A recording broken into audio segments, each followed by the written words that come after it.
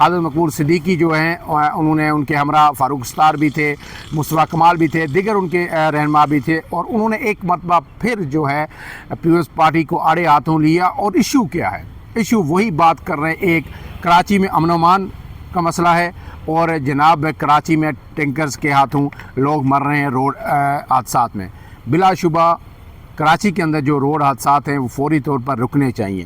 ان کے لیے حکومت کو جو ہے فوری جو ہے کوئی نہ کوئی سٹیپ لینے ہوں گے تاکہ انسانی جانوں کے ضیاع کو بچایا جا سکے. افسوسناک ترین واقعات ہوئے. آپ کو پتہ ہے کہ گزشتہ روز ایک موٹر سائیکل سوار جو ہے ایک شخص اور ان کی اہلیہ جب وہاں پہ روڈ ایکسیڈنٹ میں جان باک ہوئیں، تو وہیں جب وہ زخمی ہوئیں تو اسی دوران ایک بچے کی بھی پیدائش ہوئی. وہیں پہ سڑک کے اندر بچے کو لے جایا گیا ہاسپٹل میں، لیکن وہ بھی جان بر نہ ہو سکا، اور نومولود بچہ اور اس کی ماں اور اس کا باپ وہ تینوں اس حادثے میں، ٹینکر حادثے میں شہید ہوئے.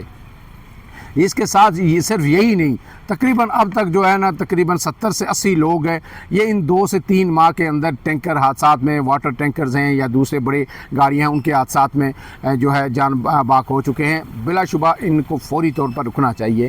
لیکن کیا صرف یہی وجہ ہے؟ ایم کیو ایم کو یہی درد ہے؟ اور پھر انہوں نے آج رہنماؤں نے بات کی، جس طرح گورنر سندھ بھی مسلسل پریس کانفرنس کر رہے ہیں اور کراچی میں امن و امان کی صورتحال پر سوال اٹھا رہے ہیں. تو کراچی کے امن و امان پر سوال اٹھانے والی وہی ایم کیو ایم ہے جس نے، آپ کو پتہ ہے کہ کراچی کے اندر ایک دہائیوں تک خون کی ہولی کھیلی. کوئی ایسا سیکٹر نہیں تھا، کوئی ایسا گلی، کوئی محلہ نہیں تھا جہاں پہ کسی نہ کسی دن کسی کی ٹارگٹ کلنگ نہ ہو. اور اس میں براہ راست ایم کیو ایم لندن تھی، ملوث تھی، پاکستان تھی، باہر سے ہدایات آتی تھی. الطاف حسین باہر سے بیٹھ کے ہدایات دیتے تھے، ان کی ہدایت پہ ایم کیو ایم کے یہی لوگ جو کبھی یونٹ کمانڈر تھے، کبھی یونٹ انچارج تھے، کبھی سیکٹر انچارج تھے، آج وہ حکومتوں میں بیٹھے ہوئے ہیں. یہی ان احکامات پہ جو ہے عمل درآمد کرتے تھے. بوری بند لاشیں کراچی میں ملتی تھی اور یہی ساری ایم کیو ایم تھی. صرف یہی نہیں ہوا، آپ کو پتہ ہے کہ جو فیکٹری سانیہ تھا اس میں 250 لوگوں کو زندہ جلا دیا گیا تھا. کراچی میں ٹارگٹ کلنگ کس طرح ہوتی تھی، امن و امان کس طرح تھا. ایم کیو ایم اگر آج جو ہے پیپلز پارٹی کو یہ درس دے کہ کراچی میں امن و امان ٹھیک نہیں ہے، تو میرے خیال میں یہ جو ہے انتہائی افسوسناک ہے. وہ سب کچھ ماضی جو ہے شاید اپنا بھول گئے ہیں، لیکن جو قوم کا حافظہ جو ہے کمزور نہیں ہے، وہ سب جانتی ہے کہ ایم کیو ایم کا ماضی کیا ہے، اور انہیں یہ امن و امان کا درد نہیں ہے. آپ کو پتہ ہے کہ جو ہے جب افتخار چودھری جب کراچی گئے تھے تو اس وقت کیا ہوا تھا، کس طرح جو ہے وہ آگ اور خون کی ہولی کھیلی گئی تھی. سانحہ 12 مئی 2007 وہ کسی کو آج تک نہیں بھولا، اور اس کا ذمہ دار صرف ایم کیو ایم تھی. لیکن اصل مسئلہ امن و امان کا نہیں ہے. مسئلہ یہ ہے کہ جناب یہ فیصلہ کر لیا ہے اسٹیبلشمنٹ نے کہ جناب پیپلز پارٹی جو سندھ میں نہروں کے ایشو پہ جو ہے کشتیاں جلا کے میدان میں آ گئی ہے. جو پیپلز پارٹی کو ٹارگٹ کرنے کی کوشش کی گئی تھی، پروپیگنڈا کرنے کی کوشش کی گئی تھی کہ جناب یہ تو آصف علی زرداری نے ان کینال سندھ دریائے سندھ پہ چولستان کینال اور دوسروں کے منصوبوں کا منظوری دی. پیپلز پارٹی نے اس کو یکسر مسترد کرتے ہوئے پیپلز پارٹی پورے سندھ کے عوام اور جماعتوں کے ساتھ جو ہے اس وقت میدان میں باہر نکل آئی ہے. اور پیپلز پارٹی کا یہ موقف ہے اور یہ درست ہے کہ سندھ کے اندر پانی موجود نہیں ہے تو یہ چولستان میں کہاں سے پانی جائے گا. اور اگر پیپلز پارٹی اس پر نہیں بولے گی، کیونکہ پیپلز پارٹی کے لیے یہ زندگی اور موت کا مسئلہ ہے، تو پیپلز پارٹی پر سندھ کے عوام کو کیا جواب دے گی؟ کیونکہ پیپلز پارٹی سے پہلے سندھ کے سارے عوام، ساری تنظیمیں، کسان تنظیمیں، کسان اور جتنے لوگ ہیں ذمہ دار، وہ سارے سڑکوں پہ ہیں. جو قوم پرست جماعتیں ہیں وہ سڑکوں پہ ہیں. تو یہ ایشو اگر نہریں بن جاتی ہیں تو ہر سال پہلے ہی سندھ میں پانی کی قلت ہے، اور ہر سال جو ہے 50% آپ کو پتہ ہے پیداوار کم ہو چکی ہے. تو ہر سال جب یہ ایشو اٹھے گا تو لوگ پیپلز پارٹی سے جواب مانگیں گے کہ جناب آپ نے کیسے اجازت دے دی. تو پیپلز پارٹی تو کسی طور پہ یہ افورڈ نہیں کر سکتی کہ یہ کینال کسی بھی طور پر بنے. لہٰذا اب پیپلز پارٹی کو رام کرنے کے لیے، دبانے کے لیے کہ وہ اس جس جگہ پیپلز پارٹی پہنچ گئی ہے اس احتجاج کو لے کر نہروں کو، وہ پیچھے ہٹ جائے، وہ سرنڈر کر دے، تو جناب ایم کیو ایم کی جو remote control M Q M ہے اس کی چابی گما دی گئی ہے، اس کے ریچارج کر دیا گیا ہے.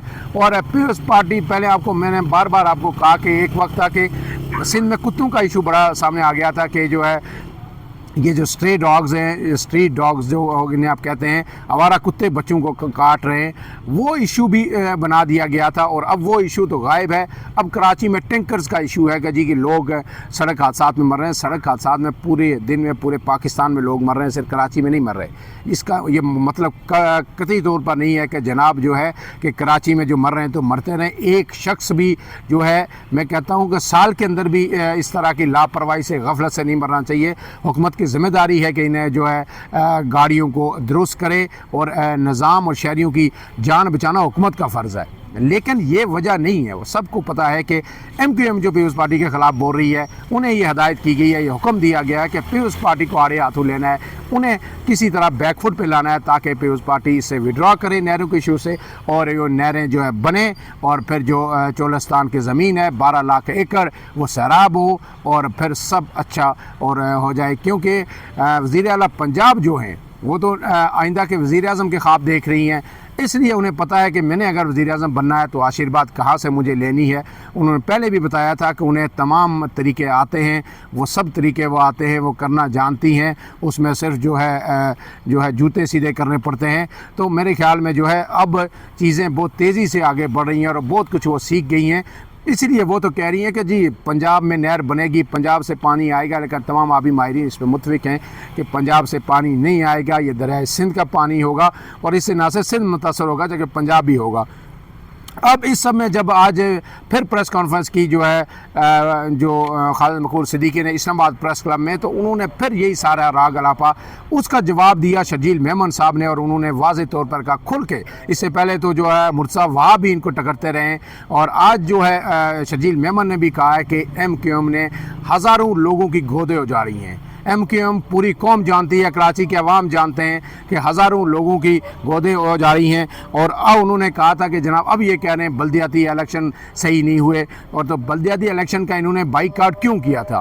خالد مقبول صدیقی نے آج کہا ہے کہ جو وہاں پہ جو گورننس چلانے والے ہیں، جرائم کرنے والے ہیں، جرائم روکنے والے ہیں، وہ سارے ہی کراچی کے شہری نہیں ہیں، وہ باہر کے لوگ ہیں، وہ مقامی لوگ نہیں ہیں، اور لہٰذا انہوں نے کہا قانون توڑنے اور قانون نافذ کرنے والے دونوں غیر مقامی ہیں۔ ہم مقامی ہیں، ہم وارث ہیں، اور اگر ہمیں کراچی کا تمام اسٹیک ہولڈر بنا دیا جائے، ہمیں کراچی کی باغ ڈور ہمارے ہاتھ میں دی جائے، تو کراچی پھر سے امن کا گہوارہ بن جائے گا۔ پوری قوم کو پتہ ہے کہ ایم کیو ایم کے دور میں کراچی میں کیا ہوتا تھا، کس طرح کا امن تھا، لیکن آج جو ہے پیپلز پارٹی نے بھی انہیں ایک دفعہ پھر کرارا جواب دیا ہے، اور انہیں ان کا ماضی دکھایا ہے کہ جناب اپنا ماضی بھولیں نا، قوم کا حافظہ اتنا کمزور نہیں ہے۔ لیکن اب بات یہ ہے کہ یہ جو پیپلز پارٹی کو جو ہے دیوار سے لگانے کی کوشش کی جا رہی ہے، کیا پیپلز پارٹی اس میں پیچھے ہٹ جائے گی؟ تو جو اب تک کی اطلاعات ہیں، جو میری پیپلز پارٹی کے ذرائع سورسز سے بات ہوئی ہے، تو انہوں نے کہا ہے کہ ہمیں سندھ حکومت بھی چلی جائے، ہمیں وفاق سے جو ہے نا حکومت سے الگ بھی ہونا پڑے، ہم اس ایشو پہ پیچھے نہیں ہٹیں گے، کیونکہ یہ ہماری سندھ کے عوام کا، سندھ کے کسانوں کا زندگی اور موت کا مسئلہ ہے۔ اور پیپلز پارٹی جو ہے وفاق میں اقتدار ملنا تو بڑی دور بات کی بات ہے، اگر پیپلز پارٹی اس ایشو سے پیچھے ہٹے گی تو پھر کل سندھ کے عوام بھی پیپلز پارٹی کا ساتھ نہیں دیں گے، اور پیپلز پارٹی کو سندھ کے جو اندرون سندھ ہے وہاں سے بھی پیپلز پارٹی کو سخت مزاحمت کا سامنا ہوگا۔ اس لیے اس ایشو پہ کسی طور پیپلز پارٹی پیچھے ہٹنے کے لیے تیار نہیں ہے، اور جب پیپلز پارٹی آپ کو پتہ ہے پیچھے نہیں ہٹے گی تو پھر پیپلز پارٹی کی جو چوڑی ہے وہ ٹائٹ کرنے کی کوشش کی جائے گی۔ لیکن پیپلز پارٹی بھی سیاسی جماعت ہے، وہ اگر اسے پیپلز پارٹی کو دیوار سے لگانے کی کوشش کی جائے گی تو پھر یہ حکومت بھی کھڑی نہیں رہ سکے گی، یہ بھی طے ہے۔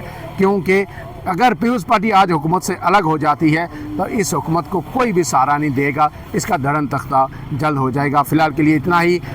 مزید اپڈیٹس کے لیے میرے چینل کو فالو کیجئے، دیکھتے رہیے اور سبسکرائب ضرور کیجئے۔ آپ کا شکریہ، جزاک اللہ۔